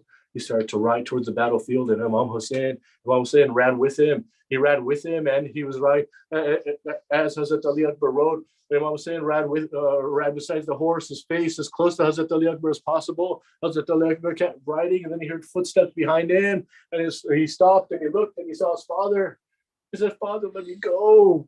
Father, I'm going, let me go. And his father said, if you had a son like you, like I have, you would know how hard it is for me to let you go. If you had a son like you, and Hazrat Ali Akbar was never able to have children because this was his last day on earth, his last moments on earth, and Imam Hussein, who was running beside his son, right, running beside his son, just wanting to see him as much as possible and bid him adieu properly. He said, if you had a son like you would know what I feel right now. And Hazrat Ali Akbar, he went, and all of the greatest soldiers were coming to challenge Hazrat Ali Akbar alayhi salam. And let me tell you about the fight that he fought. Hazrat Ali Akbar alayhi salam, he knew what to do. Not only was he trained by Hazrat Abbas, people watching were in awe. Were in awe at the way this man fought. It was seamless. It was easy, no matter what kind of soldier they sent to him, whether they had a spear, whether they had a sword, whether they had a trident, whatever they had, whatever. Hazrat Ali Akbar alayhi salam, it was not a match at all. Nothing. It was nothing, right? Imagine what Hazrat Abbas would have done, right? This was nothing. It was like sleeping, right? And killing these warriors, right? And then he rode back to his father. Right? How do you crave, right? When you do something good, when you get a job, when you accomplish something, you read Hadith Sikisa, how much do you crave your father saying good job, beta? How much do you crave that, right? Doesn't that just make your day? Doesn't that just make your heart feel good when your dad says good job to you, son, right? Feels better than when anyone else says it, right? And Imam Hussein alayhi salam, Hazrat Abbas is watching. Imam Hussein is watching. Hazrat Ali Akbar rode back, right? He killed so many soldiers. Now, I said the army had time to plan. And now they were heralding. He killed all our great soldiers now, right? Hazrat Ali Akbar went back and he told his father, he's like, how am I doing, Dad? Right? And his dad told him, he said, I'm doing good, Dad. Imagine what I would do with a little bit of water. He knew there was no water, but he was so thirsty, right? He was so thirsty, right? And now he was riding, now he was fighting, his body was tiring out. He was so thirsty, just a little bit of water, right? Isn't there any reserve water for the soldiers? He's thinking in his head, maybe, right? Isn't there anything? And to show him how thirsty he was, he said, my son, touch my tongue, right? And he touched his father's tongue and felt thorns on his father's tongue. He said, Dad, you're even more thirsty than I am. You've been more thirsty than I am. And he rode back to the battlefield.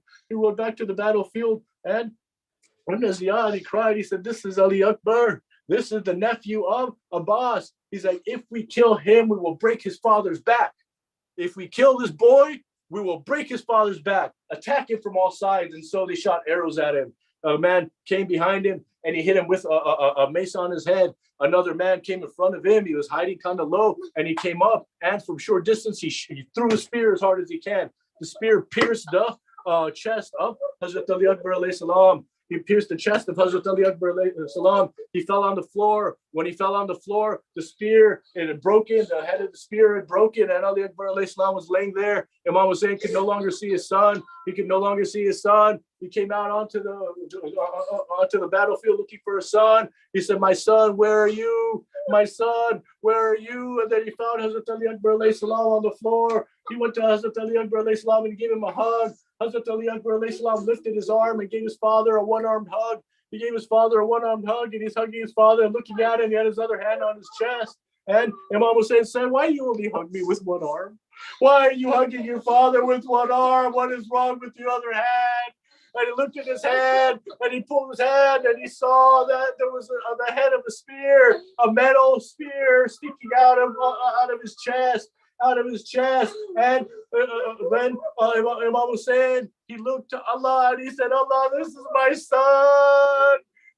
son. I'm sacrificing for you on the day of that you had Hazrat Ibrahim go and sacrifice his son. He brought his son too, but my son is not blindfolded and neither am I. Our eyes are open, our hands are not tied, and we still gave my son for you, right? We gave my son for you. And then he looked at the spear, and he turned towards Najaf. And he told his father, he said, Father, I have met my Khaybar, because it was going to take all the strength that Allah had given Hazrat Ali alayhi salam to rip the door out of his hinges. It was going to take that kind of strength to take this metal spearhead out of the chest of Hazrat Ali Akbar alayhi salam. I'll take it out of the chest of Hazrat Ali Akbar alayhi salam. And after he did that, his son, the sacrifice that Allah didn't even put Hazrat Ibrahim through, he accepted that sacrifice of his son, of his beloved youthful son. He accepted the sacrifice of Imam Hussein alayhi salam. Ya Allah, please accept our sacrifices to you. Ya Allah, for the sake of these personalities for whom went through this sacrifice. so we don't have to do it. So we can acknowledge their sacrifice and get the sawab of the sacrifice for the sake of those personalities. Please send your blessings on us. Accept our sacrifices. Accept our deeds. Accept our deeds and forgive our sins of our parents, of our marhum. Ya Allah, please give us the opportunity very quickly, very soon to do ziyarat of the blessed graves of these people. Right? Send us to Hajj. Send us on ziyarah. Send us on Umrah. Ya Allah, please allow us to get the maximum benefits of the presence of our Imam. Ya Allah, please don't let Muharram pass without us having any negative mark on our permanent record, any negative mark on our of sin, whether it be a minor sin and especially our major sins. Ya Allah, forgive us from those, because we don't want to be on the wrong side of the fence on the day of judgment. We don't want to have to make Bibi Fatima Zahra wait for us to get into Jannah. No, accept our deeds, wipe our slate clean of our bad deeds and increase our good deeds. So on the day of judgment, not only do we have deeds to get in, we have deeds we could give out to our community members and to those who need. On even that day, in your honor, to help people achieve the success of this world and get into Jannah. Allahumma salli ala Muhammad wa ali Muhammad.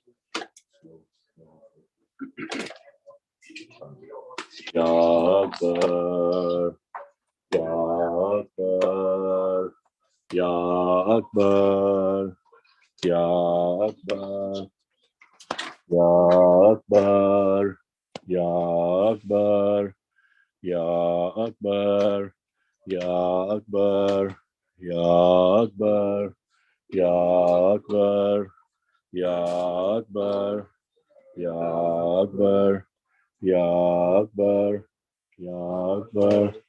Ya Akbar, Ya Akbar, Ya Akbar, Ya Akbar, Ya Ya Akbar, Ya Akbar, Ya Akbar, Ya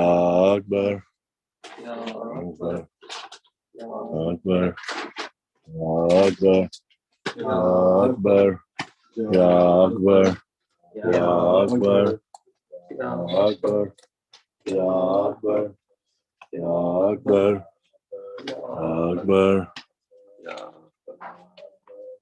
Ya Hussein, Ya Hussein, Ya Hussein, Ya Hussein, Ya Hussein, Ya Hussein, Ya Hussein, Ya Hussein, Ya Hussein. On the burning sands of Karbala, the headless marhum lay. On They the burning sands of Karbala, the headless marhum lay. They trampled the bodies of Asghar and Hussein. They trampled the bodies of Asghar and Hussein. They stopped the Prophet's family from getting water. They stopped the Prophet's family from getting water. On the burning sands of Karbala, the headless marhum lay. On the burning sands of Karbala, the headless marhum lay. The enemies, they pulled the earrings from Sakina's ears. The enemies, they pulled the earrings from Sakina's ears. Instead of hugs, they slapped her face covered in tears. Instead of hugs, they slapped her face covered in tears. On the burning sands of Karbala, the headless marhum lay. On the burning sands of Karbala, the headless marhum lay. Lady Zainab was so strong they never saw her cry. Lady Zainab was so strong that they never saw her cry. She carried Imamah on her back, she would not let it die. She carried Imamah on her back, she would not let it die. On the burning sands of Karbala, the headless marhum lay. On the burning sands of Karbala, the headless marhum lay. Janab Qasim was so small that his sword touched the floor. Janab Qasim was so small that his sword touched the floor. When the horses trampled his body, his uncles took no more. When the horses trampled his body, his uncles took no more. On the burning sands of Karbala, the headless marhum lay. On the burning sands of Karbala, the headless marhum lay. A spear at Ali Akbar's side, O Imam Hussein.